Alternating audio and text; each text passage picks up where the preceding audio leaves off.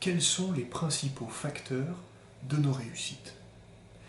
Bien entendu, nous parlons parfois de chance, d'opportunités que nous avons saisies, ou encore d'une bonne étoile qui nous a suivis et qui nous a menés jusqu'à cette réussite.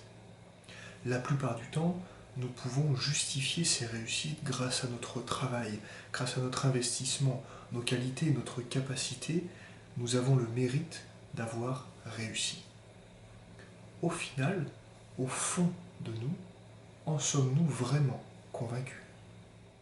Bonjour à toutes et à tous, c'est Lucas Barrier, je suis très heureux de vous retrouver une nouvelle fois pour ce rendez-vous hebdomadaire chaque dimanche que nous avons pris, vous et moi, l'habitude d'avoir, et je suis très fier de pouvoir compter sur vous chaque dimanche. Je vous remercie une nouvelle fois pour votre fidélité, c'est un merveilleux soutien pour cette chaîne et pour mon travail que je fais avec vous chaque semaine. Alors aujourd'hui, nous avons une introduction un petit peu énigmatique, un petit peu mystérieuse. Sans plus attendre, je rentre dans le vif du sujet avec vous. Aujourd'hui, j'aimerais parler de ce qu'on appelle le syndrome de l'imposteur. Ce syndrome, j'aimerais avec vous voir aujourd'hui la définition, les explications, quels sont les risques de ce syndrome, qu'est-ce que c'est, est-ce que vous connaissez ce syndrome, et puis bien évidemment, comment contrer ce syndrome, s'en sortir et s'en débarrasser.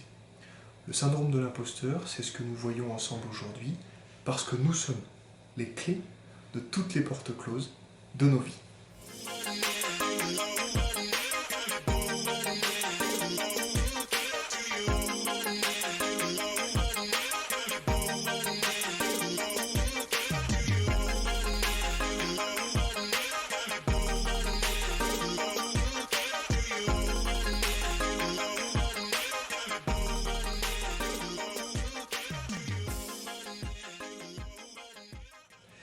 Alors tout d'abord, pour commencer, quelle est la définition de ce syndrome de l'imposteur? De quoi parlons-nous ensemble aujourd'hui?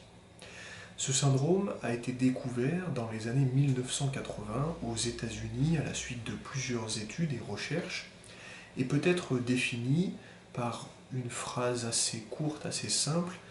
C'est cette sensation de duper son entourage professionnel ou personnel quant à ses réussites, quant à ses victoires et quant à la place que nous occupons. Tout simplement, nous ne semblons pas vraiment mériter notre place, en tout cas c'est le ressenti que nous en avons. Nous avons des victoires, nous avons des réussites, nous avons atteint nos objectifs, mais au fond de nous, nous avons l'impression justement d'être une forme d'imposture sur cette place ou sur ces réussites que nous ne méritons pas vraiment. En tout cas, c'est notre conception. Donc voilà la définition rapidement de ce syndrome de l'imposteur, cette sensation malaisante de duper un petit peu son entourage professionnel et personnel et de ne pas forcément mériter toutes les belles choses qui nous arrivent dans nos vies. Alors pourquoi est-ce que nous sommes, certains d'entre vous, peut-être qui vous me regardez aujourd'hui, pourquoi sommes-nous amenés à ressentir ce syndrome de l'imposteur?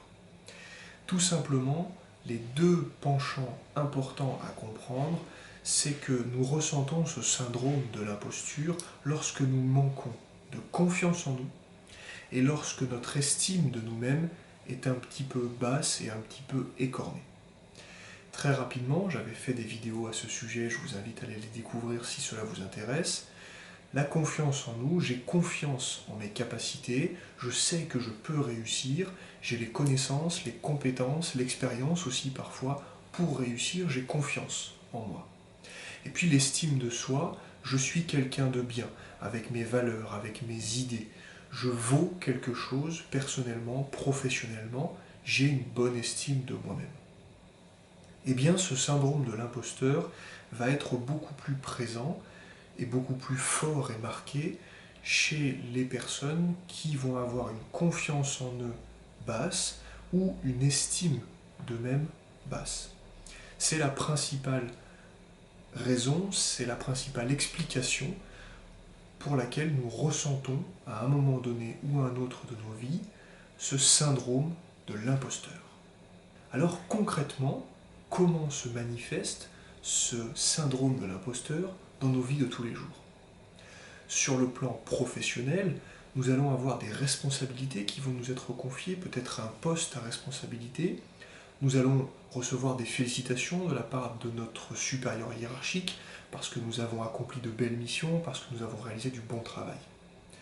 Eh bien, c'est à ces moments-là que ce syndrome de l'imposteur va surgir. Nous ne semblons pas mériter ces louanges, ces félicitations ou ce poste à responsabilité. Cette confiance que l'autre place en nous, nous-mêmes, nous ne l'avons pas par rapport à nous-mêmes. C'est-à-dire que nous avons la sensation d'usurper un poste, des félicitations, un bravo, etc., une récompense aussi, et que nous ne méritons pas vraiment. Sur le plan professionnel, voici comment cela va se matérialiser. Et puis, sur le plan personnel, c'est un petit peu la même chose. Nous avons peut-être la chance d'avoir une compagne qui nous suit ou un compagnon qui nous suit au quotidien, avec une famille qui nous entoure, avec des proches qui ont une belle estime de nous-mêmes, qui ont une belle image de nous-mêmes, avec des belles valeurs, avec des beaux principes et des idées. Nous, au fond de nous-mêmes, nous pensons ne pas mériter ces louanges, ces appréciations positives à notre égard. Nous avons l'impression que les gens nous voient plus beaux que nous ne le sommes vraiment. À tort ou à raison, peu importe, mais en tout cas, c'est ce que nous ressentons. Et c'est exactement ce syndrome de l'imposteur que j'essaie de vous présenter aujourd'hui. Nous avons toujours l'impression que nous sommes moins bien, moins bons que ce que les gens pensent de nous. Nous avons tendance, avec ce manque de confiance en nous, ce manque d'estime de nous, nous avons tendance à nous dévaloriser. Je ne mérite pas ce poste, je ne mérite pas ces félicitations, je ne mérite pas, parfois même, que les gens m'aiment autant. C'est ce syndrome de l'imposteur. C'est important d'avoir cette connaissance et de mettre des mots sur ce que peut-être vous ressentez, ce que peut-être je peux ressentir, nous ressentons peut-être à un moment donné. C'est important de nommer ce syndrome, de nommer ce qui nous touche à cet instant-là et de pouvoir identifier pourquoi est-ce que nous sommes amenés à ressentir ce genre de sensation. Alors pas de panique, je vous rassure tout de suite, ce n'est ni une maladie, ni une pathologie, c'est simplement une sensation, un sentiment, un état d'esprit que nous pouvons ressentir. Rien de grave, tant que cela ne nous impacte pas trop mentalement et sur notre équilibre de vie. Néanmoins, si vous le ressentez de manière récurrente ou de manière forte et accrue, je vous conseille de faire un travail sur vous-même. Nous pouvons faire un travail sur nous-mêmes, sur notre confiance en nous et sur notre estime de nous. Partons du principe que rien n'arrive par hasard. Tout a une raison dans notre vie personnelle ou professionnelle, et ce qui nous arrive de positif, nous le méritons. Si nous avons produit un bon travail, il est normal et il est tout à fait recevable de recevoir des félicitations.